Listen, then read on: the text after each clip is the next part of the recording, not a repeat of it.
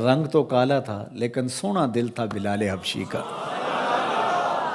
ابو لہب کا چہرہ تو چمکتا تھا، اسی لیے اس کو ابو لہب کہا گیا، انگارے کی طرح چمکتا ہوا چہرہ، لیکن اس کا دل کالا تھا۔ تو وہاں چہرے نہیں دیکھے جاتے، وہاں دل دیکھے جاتے ہیں۔ الا من اتى اللہ بقلب سلیم، وہاں دیکھا جاتا ہے قلب سلیم کے ساتھ کون آیا۔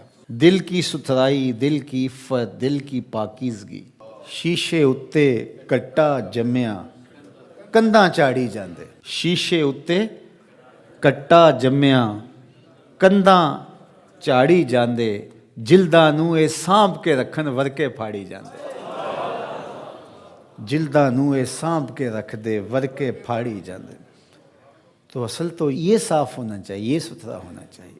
میرے اور آپ کے آقا و مولا حضور ختم المرتبت صلی اللہ علیہ وآلہ وسلم، ہمارے ماں باپ ان پہ قربان، کثرت کے ساتھ ایک دعا مانگتے تھے، یا مقلب القلوب ثبت قلبی علی دینک، اے دلوں کو پھیرنے والے میرے دل کو اپنے دین پہ ثابت رکھنا۔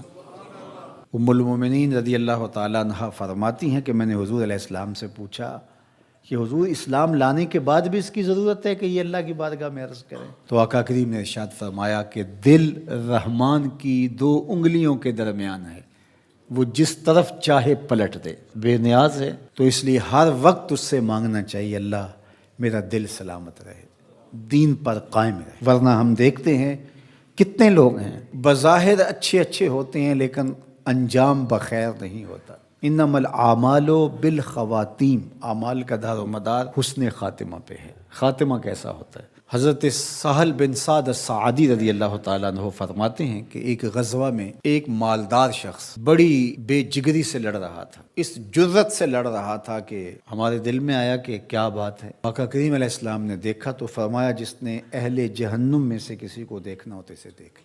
بڑی حیرت ہوئی۔ ایک صحابی کہتے ہیں میں اس کے پیچھے ہو گیا کہ حضور علیہ السلام نے جو فرمایا ہے کوئی وجہ ہوگی تو میں دیکھوں ماجرا کیا ہے۔ تو کہتے ہیں جب وہ لڑتے لڑتے زخمی ہو گیا تو اس نے اپنی ہی تلوار کو اپنے سینے میں یوں رکھ کر کے اپنا وزن اس اوپر ڈال دیا اور دو کندھوں کے درمیان سے تلوار ادھر نکل گئی اور یوں خودکشی کر لی۔ تو کہا کہ بندہ ساری زندگی نیکیاں کرتا ہے، لکھا ہوا غالب آ جاتا ہے اور پھر آخر اچھا نہیں اس کا رہتا۔ اور کتنے ایسے لوگ ہیں کہ جن کا ماضی بہت بھیانک اور برا تھا لیکن آخر ٹھیک ہو جاتا ہے۔ تو اس لیے ہمیشہ اللہ سے انجام بخیر کی دعا مانگو۔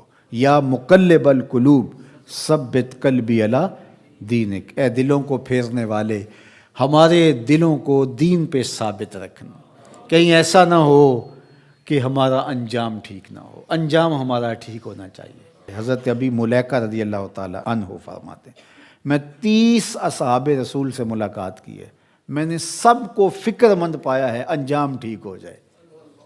جنہوں نے اپنی آنکھوں سے حضور کو دیکھا وہ بھی ڈر رہے ہیں ہمارا انجام ٹھیک ہو جائے۔ رنگا رنگ سہیلیاں پرن کڑے، پر پریا اس دا جانیے جس دا توڑ چڑھے۔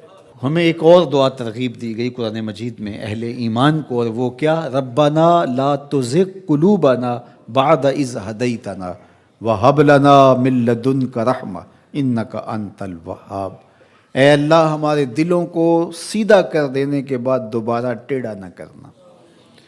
یہ دل سیدھے ہیں تو سیدھے ہی رہیں، یہ کبھی دوبارہ ٹیڑھے نہ ہوں۔ یہ نرم ہیں تو نرم ہی رہیں، کہیں پتھر نہ ہو جائیں۔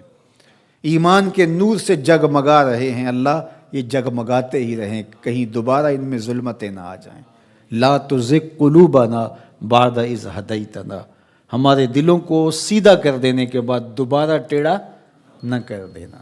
وَهَبْ لَنَا مِن لَدُنْكَ رَحْمَةً، اور ہمیں اپنی جناب سے رحمتیں عطا کر دے۔ اِنَّكَ أَنْتَ الْوَهَّابُ، تو وہاب ہے، اپنے کرم سے اپنے فضل سے ہمیں مالا مال فرما دے۔ تو میری دعا ہے اپنے لیے سب سے پہلے اور آپ سب کے لیے اور اپنے جملہ دوستوں کے لیے، پیر بھائیوں کے لیے، سب ملنے والوں کے لیے کہ اے اللہ ہم سب کو ہمیشہ ثابت قدم دین پہ رکھنا، آخری ہچکی تیرے نام پہ آئے، تیرے محبوب کی غلامی میں آئے، ہم سب کا خاتمہ ایمان پہ۔ ایک ایک کر کے دوست ہم سے جدا ہو رہے ہیں، ہم بھی اس دنیا پہ مستقل رہنے والے نہیں ہیں، کوچ کر جانے والے ہیں۔